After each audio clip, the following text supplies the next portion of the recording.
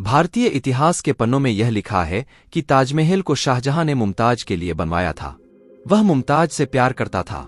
दुनिया भर में ताजमहल को प्रेम का प्रतीक माना जाता है, लेकिन कुछ इतिहासकार इससे इत्तेफाक नहीं रखते हैं। उनका मानना है कि ताजमहल को शाहजहां ने नहीं बनवाया था, वह तो पहले से बना हुआ था। उसने इसमें हेरफेर करके इसे इस्लामिक लुक दिया था। इसे शाहजहां और मुमताज का मकबरा माना जाता है। उल्लेखनीय है कि ताजमहल के पूरा होने के तुरंत बाद ही शाहजहां को उसके पुत्र औरंगजेब द्वारा अपदस्थ कर आगरा के किले में कैद कर दिया गया था। शाहजहां की मृत्यु के बाद उसे उसकी पत्नी के बराबर में दफना दिया गया।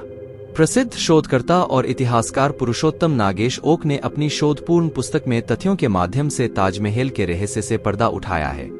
दौलत छुपाने की जगह या मुमताज का मकबरा? कुछ इतिहासकार पुरुषोत्तम ओक ने अपनी पुस्तक में लिखा है कि शाहजहां ने दरअसल वहां अपनी लूट की दौलत छुपा रखी थी, इसलिए उसे कब्र के रूप में प्रचारित किया गया। यदि शाहजहां चकाचौंध कर देने वाले ताजमहल का वास्तव में निर्माता होता तो इतिहास में ताजमहल में मुमताज को किस दिन बादशाही ठाठ के साथ दफनाया गया, उसका अवश्य उल्लेख होता। ओक अनुसार जयपुर राजा से हड़प किए हुए पुराने महल में दफनाए जाने के कारण उस दिन का कोई महत्व नहीं। शहंशाह के लिए मुमताज के कोई मायने नहीं थे, क्योंकि जिस जनानखाने में हजारों सुंदर स्त्रियां हों उसमें भला प्रत्येक स्त्री की मृत्यु का हिसाब कैसे रखा जाए। जिस शाहजहां ने जीवित मुमताज के लिए एक भी निवास नहीं बनवाया, वह उसके मरने के बाद भव्य महल बनवाएगा। आगरा से 600 किलोमीटर दूर बुरहानपुर में मुमताज की कब्र है, जो आज भी ज्यों की त्यों है। बाद में उसके नाम से आगरे के ताजमहल में एक और कब्र बनी और वे नकली है। बुरहानपुर से मुमताज का शव आगरे लाने का ढोंग क्यों किया गया? माना जाता है कि मुमताज को दफनाने के बहाने शाहजहां ने राजा जयसिंह पर दबाव डालकर उनके महल ताजमहल पर कब्जा किया और वहां की संपत्ति हड़पकर उनके द्वारा लूटा गया खजाना छुपाकर सबसे निचले माला पर रखा था, जो आज भी रखा है। मुमताज का इंतकाल 1631 को बुरहानपुर के बुलारा महल में हुआ था। वहीं उन्हें दफना दिया गया था, लेकिन माना जाता है कि उसके 6 महीने बाद राजकुमार शाह शुजा की निगरानी में उनके शरीर को आगरा लाया गया। आगरा के दक्षिण में उन्हें अस्थायी तौर फिर से दफन किया गया और आखिर में उन्हें अपने मुकाम यानी ताजमहल में दफन कर दिया गया। पुरुषोत्तम अनुसार क्योंकि शाहजहां ने मुमताज के लिए दफन स्थान बनवाया और वह भी इतना सुंदर, तो इतिहासकार मानने लगे कि निश्चित ही फिर उनका मुमताज के प्रति प्रेम होना ही चाहिए। तब तथाकथित इतिहासकारों ने इसे प्रेम का प्रतीक लिखना शुरू कर दिया। उन्होंने उनकी गाथा को लैला मजनू, रोमियो जूलियट जैसा लिखा, जिसके चलते फिल्में भी बनी और दुनिया भर में ताजमहल प्रेम का प्रतीक बन गया। मुमताज से विवाह होने से पूर्व शाहजहां के कई अन्य विवाह हुए थे। मुमताज की मृत्यु पर उसकी कब्र के रूप में एक अनोखा खर्चीला ताजमहल बनवाने का कोई कारण नजर नहीं आता। मुमताज किसी सुल्तान या बादशाह की बेटी नहीं थी। उसे किसी विशेष प्रकार के भव्य महल में दफनाने का कोई कारण नजर नहीं आता। उसका कोई खास योगदान भी नहीं था। उसका नाम चर्चा में इसलिए आया क्योंकि युद्ध के रास्ते के दौरान उसने एक बेटी को जन्म दिया था और वह मर गई थी। शाहजहां के बादशाह बनने के बाद 2.5-3 वर्ष में ही मुमताज की मृत्यु हो गई थी। इतिहास में मुमताज से शाहजहां के प्रेम का उल्लेख जरा भी नहीं मिलता है। यह तो अंग्रेज शासनकाल के इतिहासकारों की मनगढ़ंत कल्पना है, जिसे भारतीय इतिहासकारों ने विस्तार दिया। शाहजहां युद्ध कार्य में ही व्यस्त रहता था। वह अपने सारे विरोधियों की हत्या करने के बाद गद्दी पर बैठा था। ब्रिटिश ज्ञानकोश के अनुसार ताजमहल परिसर में अतिथिगृह, पहरेदारों के लिए कक्ष, अश्वशाला इत्यादि भी हैं। मृतक के लिए इन सब की क्या आवश्यकता? कब्रगाह को महल क्यों कहा गया? मकबरे को महल क्यों कहा गया? क्या किसी ने इस पर कभी सोचा? क्योंकि पहले से ही निर्मित एक महल को कब्रगाह में बदल दिया गया। कब्रगाह में बदलते वक्त उसका नाम नहीं बदला गया। यहीं पर शाहजहां से गलती हो गई। उस काल के किसी भी सरकारी या शाही दस्तावेज एवं अखबार आदि में ताजमहल शब्द का उल्लेख नहीं आया है। ताजमहल को ताजमहल समझना हास्यास्पद है। पुरुषोत्तम लिखते हैं कि महल शब्द मुस्लिम शब्द नहीं है। अरब, ईरान, अफगानिस्तान आदि जगह पर एक भी ऐसी मस्जिद या कब्र नहीं है जिसके बाद महल लगाया गया हो। यह भी गलत है कि मुमताज के कारण इसका नाम मुमताज महल पड़ा, क्योंकि उनकी बेगम का नाम था मुमताउल जमानी। यदि मुमताज के नाम पर इसका नाम रखा होता तो ताजमहल के आगे से मुम को हटा देने का कोई औचित्य नजर नहीं आता। विंसेंट स्मिथ अपनी पुस्तक दी ग्रेट में लिखते हैं, बाबर ने सन 1630 में आगरा के वाटिका वाले महल में अपने उपद्रवी जीवन से मुक्ति पाई। वाटिका वाला वो महल यही ताजमहल था। यह इतना विशाल और भव्य था कि इसके जितान दूसरा कोई भारत में महल नहीं था। बाबर की पुत्री गुलबदन हुमायूंनामा नामक अपने ऐतिहासिक वृत्तांत में ताज का संदर्भ रहस्य महल मिस्टिक हाउस के नाम से देती है। ओक के अनुसार प्राप्त सबूतों के आधार पर ताजमहल का निर्माण राजा परमर्दिदेव के शासनकाल में 1155 अश्विन शुक्ल पंचमी रविवार को हुआ था। बाद में मोहम्मद गौरी सहित कई मुस्लिम आक्रांताओं ने ताजमहल के द्वार आदि को तोड़कर उसको लूटा। यह महल आज के ताजमहल से कई गुना ज्यादा बड़ा था और इसके 3 गुंबद हुआ करते थे। हिंदुओं ने उसे फिर से मरम्मत करके बनवाया, लेकिन वे ज्यादा समय तक इस महल की रक्षा नहीं कर सके। पुरुषोत्तम नागेश ओक ने ताजमहल पर शोध कार्य करके बताया कि ताजमहल को पहले तेजो महल कहते थे। वर्तमान ताजमहल पर ऐसे 700 चिन्ह खोजे गए हैं जो इस बात को दर्शाते हैं कि इसका रिकंस्ट्रक्शन किया गया है। इसकी मीनारें बहुत बाद के काल में निर्मित की गई। वास्तुकला के विश्वकर्मा वास्तुशास्त्र नामक प्रसिद्ध ग्रंथ में शिवलिंगों में तेजलिंग का वर्णन आता है। ताजमहल में तेजलिंग प्रतिष्ठित था, इसीलिए उसका नाम तेजो महालय पड़ा था। शाहजहां के समय यूरोपीय देशों से आने वाले कई लोगों ने भवन का उल्लेख ताजमहल के नाम से किया है, जो कि उसके शिव मंदिर वाले परंपरागत संस्कृत नाम तेजो महालय से मेल खाता है। इसके विरुद्ध शाहजहां और औरंगजेब ने बड़ी सावधानी के साथ संस्कृत से मेल खाते इस शब्द का कहीं पर भी प्रयोग न करते हुए उसके स्थान पर पवित्र मकबरा शब्द का ही प्रयोग किया है। ओक के अनुसार हुमायूं, अकबर, मुमताज, एतमातुद्दौला और सफदरजंग जैसे सारे शाही और दरबारी लोगों को हिंदू महलों या मंदिरों में दफनाया गया है। इस बात को स्वीकारना ही होगा कि ताजमहल के पहले से बने ताज के भीतर मुमताज की लाश दफनाई गई, न कि लाश दफनाने के बाद उसके ऊपर ताज का निर्माण किया गया। ताजमहल शिव मंदिर को इंगित करने वाले शब्द तेजो महालय शब्द का अपभ्रंश है। तेजो महालय मंदिर में अग्रेश्वर महादेव प्रतिष्ठित थे। देखने वालों ने अवलोकन किया होगा कि तहखाने के अंदर कब्र वाले कमरे में केवल सफेद संगमरमर के पत्थर लगे हैं, जबकि अटारी व कब्रों वाले कमरे में पुष्पलता आदि से चित्रित पच्चीकारी की गई है। इससे साफ जाहिर होता है कि मुमताज के मकबरे वाला कमरा ही शिव मंदिर का गर्भगृह है। संगमरमर की जाली में 108 कलश चित्रित, उसके ऊपर 108 कलश आरूढ़ हैं। हिंदू मंदिर परंपरा में 108 की संख्या को पवित्र माना जाता है। तेजो महालय उर्फ ताजमहल को नागनाथेश्वर के नाम से जाना जाता था, क्योंकि उसके जलहरी को नाग के द्वारा लपेटा हुआ जैसा बनाया गया था। यह मंदिर विशालकाय महल क्षेत्र में था।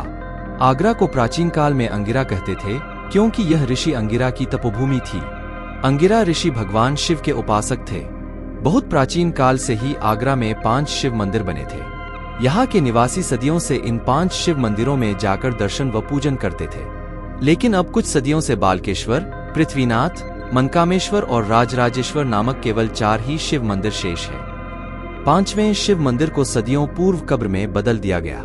स्पष्टतः वह 5वां शिव मंदिर आगरा के इष्टदेव नागराज अग्रेश्वर महादेव नागनाथेश्वर ही हैं, जो कि तेजो महालय मंदिर उर्फ ताजमहल में प्रतिष्ठित थे। इतिहासकार ओक की पुस्तक अनुसार ताजमहल के हिंदू निर्माण का साक्ष्य देने वाला काले पत्थर पर उत्कीर्ण एक संस्कृत शिलालेख लखनऊ के वास्तु संग्रहालय के ऊपर 3री मंजिल में रखा हुआ है। यह सन 1155 का है। उसमें राजा परमर्दिदेव के मंत्री सलक्षण द्वारा कहा गया है कि स्फटिक जैसा शुभ्र इंदुमौलीश्वर शंकर का मंदिर बनाया गया। वह इतना सुंदर था कि उसमें निवास करने पर शिवजी को कैलाश लौटने की इच्छा ही नहीं रही। वह मंदिर आश्विन शुक्ल पंचमी रविवार को बनकर तैयार हुआ। ताजमहल के उद्यान में काले पत्थरों का एक मंडप था। यह एक ऐतिहासिक उल्लेख है। उसी में वह संस्कृत शिलालेख लगा था। उस शिलालेख को कनिंगहेम ने जानबूझकर वटेश्वर शिलालेख कहा है, ताकि इतिहासकारों को भ्रम में डाला जा सके और ताजमहल के हिंदू निर्माण का रहस्य गुप्त रहे। आगरे से 70 मील दूर बटेश्वर में वह शिलालेख नहीं पाया गया, अतः उसे बटेश्वर शिलालेख कहना अंग्रेजी षड्यंत्र है। शाहजहां ने तेजोमहल में जो तोड़फोड़ और हेराफेरी की, उसका एक सूत्र सन 1874 में प्रकाशित पुरातत्व खाते आर्कियोलॉजिकल सर्वे ऑफ इंडिया के वार्षिक वृत्त के 4थे खंड में पृष्ठ 216 से 17 पर अंकित है। उसमें लिखा है कि हाल में आगरे के वास्तु संग्रहालय के आंगन में जो चौखुंटा काले बसस्ट का प्रस्तर स्तंभ खड़ा है, वह स्तंभ तथा उसी की जोड़ी का दूसरा स्तंभ उसके शिखर तथा चबूतरे सहित कभी ताजमहल के उद्यान में प्रस्थापित थे। इससे स्पष्ट है कि लखनऊ के वास्तु संग्रहालय में जो शिलालेख है, वह भी काले पत्थर का होने से ताजमहल के उद्यान मंडप में प्रदर्शित था। हिंदू मंदिर प्रायः नदी या समुद्र तट पर बनाए जाते हैं। ताज भी यमुना नदी के तट पर बना है, जो कि शिव मंदिर के लिए एक उपयुक्त स्थान है। शिव मंदिर में एक मंजिल के ऊपर एक और मंजिल में 2 शिवलिंग स्थापित करने का हिंदुओं में रिवाज था, जैसा कि उज्जैन के महाकालेश्वर मंदिर और सोमनाथ मंदिर में देखा जा सकता है। ताजमहल में एक कब्र तहखाने में और एक कब्र उसके ऊपर की मंजिल के कक्ष में है तथा दोनों ही कब्रों को मुमताज का बताया जाता है। जिन संगमरमर के पत्थरों पर कुरान की आयतें लिखी हुई हैं, उनके रंग में पीलापन है, जबकि शेष पत्थर ऊंची गुणवत्ता वाले शुभ्र रंग के हैं। यह इस बात का प्रमाण है कि कुरान की आयतों वाले पत्थर बाद में लगाए गए हैं। ताज के दक्षिण में एक प्राचीन पशुशाला है। वहां पर तेजोमहाले की पालतू गायों को बांधा जाता था। मुस्लिम कब्र में गाय कोठा होना एक असंगत बात है। ताजमहल में चारों ओर 4 एक समान प्रवेश द्वार हैं, जो कि हिंदू भवन निर्माण का एक विलक्षण तरीका है, जिसे कि चतुर्मुखी भवन कहा जाता है। ताजमहल में ध्वनि को गुंजाने वाला गुंबद है। हिंदू मंदिरों के लिए गूंज उत्पन्न करने वाले गुंबजों का होना अनिवार्य है। बौद्ध काल में इसी तरह के शिव मंदिरों का अधिक निर्माण हुआ था। ताजमहल का गुंबज कमल की आकृति से अलंकृत है। आज हजारों ऐसे हिंदू मंदिर हैं जो कि कमल की आकृति से अलंकृत हैं। ताजमहल के गुंबज में सैकड़ों लोहे के छल्ले लगे हुए हैं, जिस पर बहुत ही कम लोगों का ध्यान जा पाता है। इन छल्लों पर मिट्टी के आलोकित दिए रखे जाते थे, जिससे कि संपूर्ण मंदिर आलोकमय हो जाता था। ताजमहल की चारों मीनारें बाद में बनाई गईं। इतिहासकार ओक के अनुसार ताज एक 7 मंजिला भवन है। शहजादे औरंगजेब के शाहजहां को लिखे पत्र में भी इस बात का विवरण है। भवन की 4 मंजिलें संगमरमर पत्थरों से बनी हैं, जिनमें चबूतरे के ऊपर विशाल वृत्तीय मुख्य कक्ष और तहखाने का कक्ष शामिल है। मध्य में 2 मंजिलें और हैं, जिनमें 12 से 15 विशाल कक्ष हैं। संगमरमर की इन 4 मंजिलों के नीचे लाल पत्थरों से बनी 2 और मंजिलें हैं, जो कि पिछवाड़े में नदी तट तक चली जाती है। 7वीं मंजिल अवश्य ही नदी तट से लगी भूमि के नीचे होनी चाहिए, क्योंकि सभी प्राचीन हिंदू भवनों में भूमिगत मंजिल हुआ करती है। नदी तट के भाग में संगमरमर की नींव के ठीक नीचे लाल पत्थरों वाले 22 कमरे हैं, जिनके झरोखों को शाहजहां ने चुनवा दिया है। इन कमरों को, जिन्हें कि शाहजहां ने अतिगोपनीय बना दिया है, भारत के पुरातत्व विभाग द्वारा तालों में बंद रखा जाता है। सामान्य दर्शनार्थियों को इनके विषय में अंधेरे में रखा जाता है। इन 22 कमरों की दीवारों तथा भीतरी छतों पर अभी भी प्राचीन हिंदू चित्रकारी अंकित है। इन कमरों से लगा हुआ लगभग 33 फुट लंबा गलियारा है। गलियारे के दोनों सिरों में एक एक दरवाजे बने हुए हैं।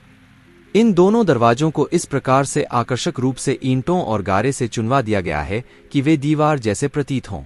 स्पष्टत मूल रूप से शाहजहां द्वारा चुनवाए गए इन दरवाजों को कई बार खुलवाया और फिर से चुनवाया गया है। सन 1934 में दिल्ली के एक निवासी ने चुनवाए हुए दरवाजे के ऊपर पड़ी एक दरार से झांककर देखा था। उसके भीतर एक वृहद कक्ष, ह्यूज हॉल, और वहां के दृश्य को देखकर वह हक्का बक्का रह गया तथा भयभीत सा हो गया। वहां बीचों बीच भगवान शिव का चित्र था, जिसका सिर कटा हुआ था और उसके चारों ओर बहुत सारी मूर्तियों का जमावड़ा था। ऐसा भी हो सकता है कि वहां पर संस्कृत के शिलालेख भी हों। यह सुनिश्चित करने के लिए कि ताजमहल हिंदू चित्र, संस्कृत शिलालेख, धार्मिक लेख, सिक्के तथा अन्य उपयोगी वस्तुओं जैसे कौन से साक्ष्य छुपे हुए हैं, उसकी 7 मंजिलों को खोलकर साफ सफाई कराने की नितांत आवश्यकता है। फ्रांसीसी यात्री बेर्नियर ने लिखा है कि ताज के निचले रहस्यमय कक्षों में गैर मुस्लिमों को जाने की इजाजत नहीं थी, क्योंकि वहां चौंधिया देने वाली वस्तुएं थीं। यदि वे वस्तुएं शाहजहां ने खुद ही रखवाई होती तो वह जनता के सामने उनका प्रदर्शन गौरव के साथ करता, परंतु वे तो लूटी हुई वस्तुएं थीं और शाहजहां उन्हें अपने खजाने में ले जाना चाहता था, इसीलिए वह नहीं चाहता था कि कोई उन्हें देखे। नदी के पिछवाड़े में हिंदू बस्तियां, बहुत से हिंदू प्राचीन घाट और प्राचीन हिंदू शवदाह गृह हैं। यदि शाहजहां ने ताज को बनवाया होता तो इन सबको नष्ट कर दिया गया होता।